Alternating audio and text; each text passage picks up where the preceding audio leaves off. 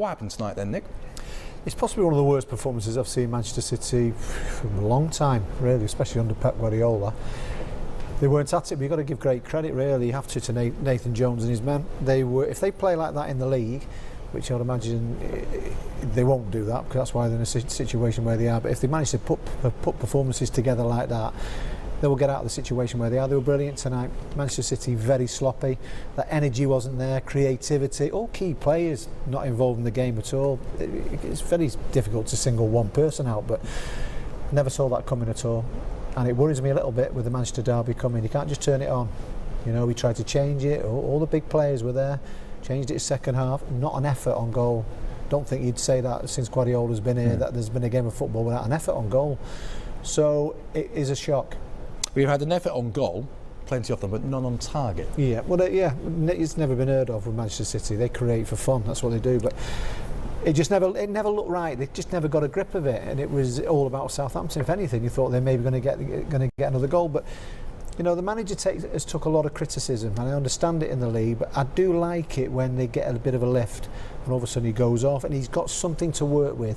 We were talking before the game, talking about that the team, they're not playing for him, they're not playing for the manager. They did tonight. They turned up and they gave everything, and they were on the front foot and they were making it difficult for Manchester City. They never backed off at all. If they'd have done that, possibly Manchester City would have started playing and got into a bit of a routine. They never did that at all, and it was a big performance. So credit to Southampton, and we look to see what Manchester City are going to do about bouncing back against a Manchester United team which is looking forward to the derby. Yeah, and we'll talk about that in just a moment, but what impressed you most about Southampton tonight, did you? The energy, the organization. I think they were fearless. You know, sometimes they were pressing a lot. You know, you could see that on the first goal, even though it was a counter for City, and I think they took a lot of risk. You know, a lot of quality, a lot of talent. You know, you can see the first goal as well, and yes, it was a bit of everything. You know, I think.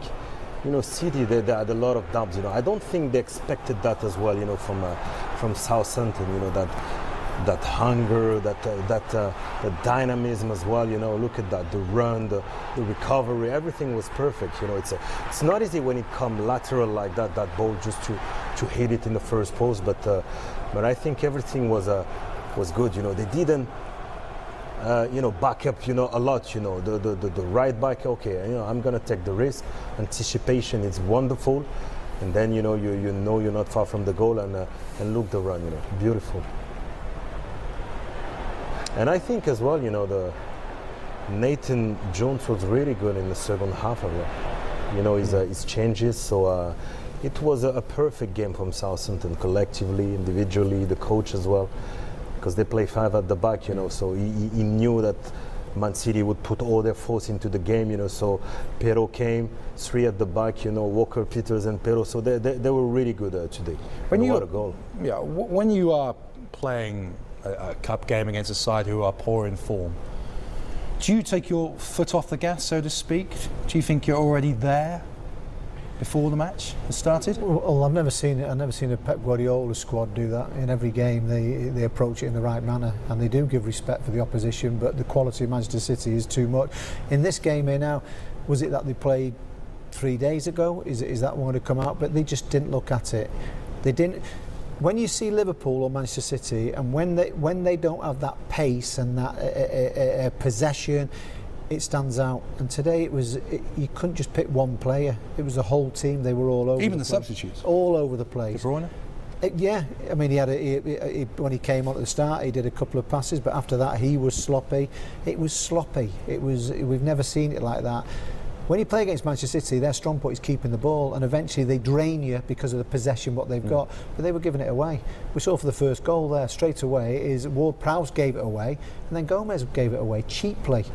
And we haven't seen that before, so it was really sloppy. That's possibly the worst performance there since Guardiola's been there. From the group of them, by the way, all of them. When you have a really good opposition like Southampton was against Man City, sometimes you can see the weakness of a team. I'm talking about the young players, because they will have games. You know, it will be an experience. You know, when I talk about Palmer, about Gomez, you know, it's always the young players, the players not in form. You know, I didn't think that Phillips was really good just to put the team in the right way. You know, Grealish. You see all those players. You know, you can feel that they're not right, you know, and they put the team a little bit down, and that's what happened. And all of a sudden, you know, they all came out, you know, Palmer and Gomez and all, and Grealish after. So it was difficult today. Let's go to St Mary's and get some reaction. Congratulations, Gavin, James. What a night in front of the home fans as well. Just how special was that? Yeah, special night. I think you know, these games are special to play in, especially when you're struggling in the league. And we knew this was a distraction for us. A great game to go and showcase what we're about. No fear, and I think we showed the true Southampton tonight. Yeah, it's a huge statement performance from the team. But for you personally, Gavin, a clean sheet against your former club. What does that mean? Yeah, it's massive. It's not just me, it's the whole team. You know, we've worked so hard since the new managers come in on defending the box and being really hard to beat. You know, Prowsey says it all the time. We just need to be a hard team to play against. We need to, you know, work on defending, and then, you know, these results come and you have to just take them.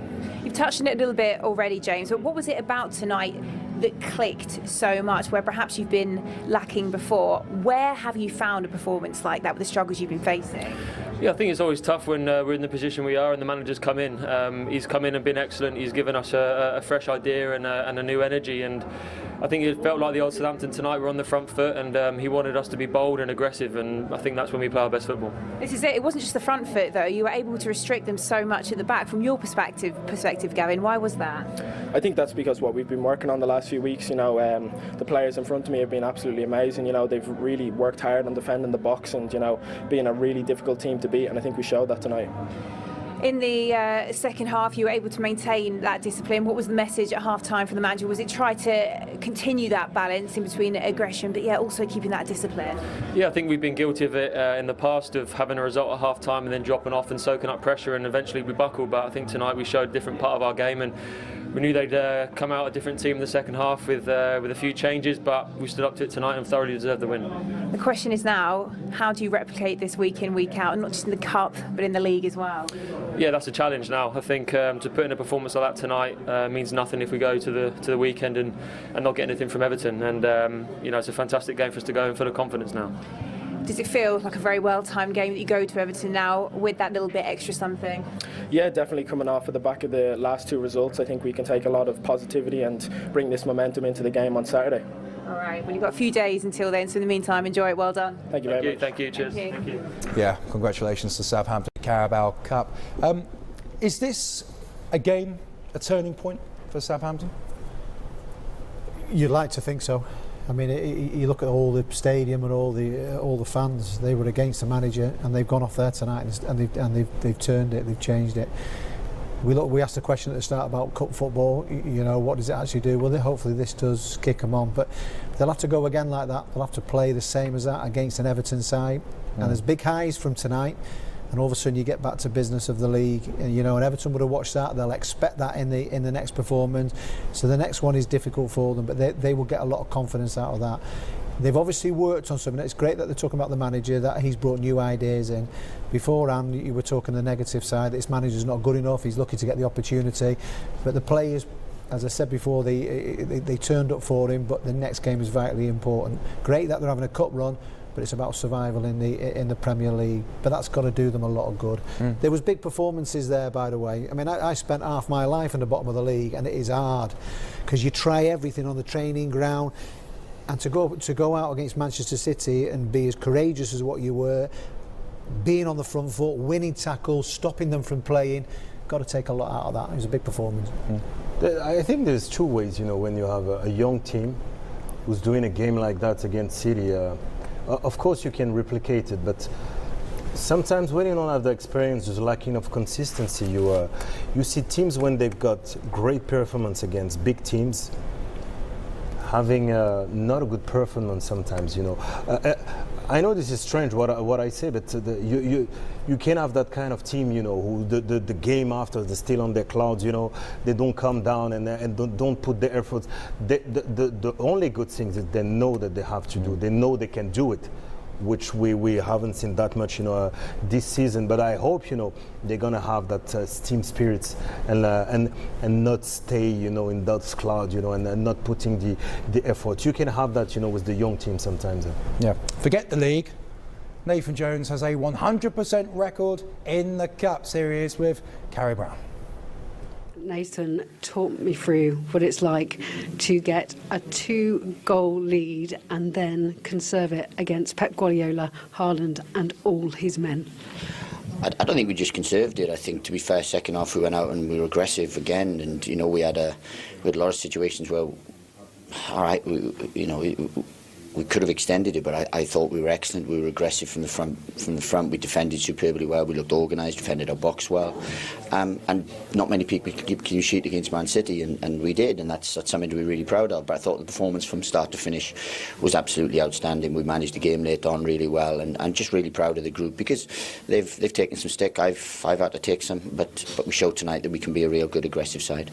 Talking of that stick, you had home fans saying you don't know what you're doing. They're now singing "We're going to Wembley." Welcome to the top flight. But from one week to the next, that's what football's like. But you just have to be consistent in your ideas, consistent in what you do, and then go from there. It's a categorical difference from a week ago. But we do the same work, play the same way, be aggressive, and we showed tonight that's one of the best performances Southampton have done in recent years, and it shows that we don't just know what we're doing, we're actually reasonably good at what we do. On the front foot, we saw a real indication of that against Crystal Palace, and you built on that, the back four when you needed it, the back five when you didn't.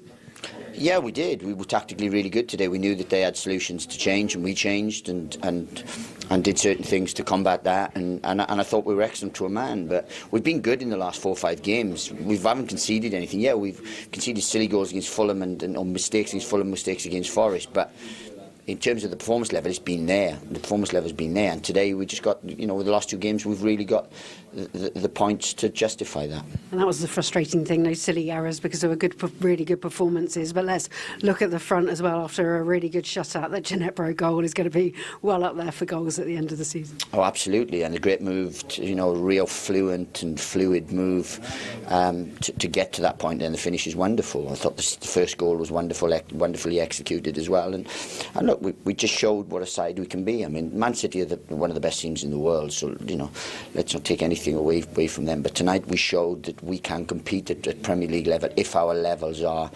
right where we should be, and we've shown that, and we've been wonderful today. How hard have the last few weeks been with those results when you've had the performances but the mistakes have let you down? Because the pressure was ramping up. Everyone's saying the Everton game could be pivotal in the outside world. How hard was that, and how big is this? Look, when you're a manager, you have to be able to handle pressure. I've been through pressured situations all throughout my life. I've had to work really hard to get here, so I'm not going to buckle now just because a few people are suggesting I don't know what I'm doing, or I'm not good enough to be here. I've worked too hard and for too long to get this opportunity to let people affect my decision making, how I go about my work and everything. And that's the way it is. So look, it's part and parcel of being a manager. It's definitely part and parcel of being a Premier League manager, because the spotlight is ridiculous. And only one step to a final. What does that mean to you? Well, I've never been to a Carabao Cup semi-final, so it's a wonderful place to be. The level of performance, what people were asking me tonight is, doesn't matter about the results, can you just have a level of performance to justify and stuff? Well, we've done more than that tonight, and we showed that look, this is what we're working on, this is how aggressive we can be if we want to, and look, I'm really proud of the group. That's the thing, I'm proud of my football club tonight. I'm proud of the people, I'm proud of my staff, the ones I've brought, the ones who are here. I'm proud of the players, how they respond, because we've had to go through some mire, and then when the leader is getting absolutely plenty, then to not buckle and to stand up and to put on performance like that shows that there's some real character here. Thank you so much. Congratulations.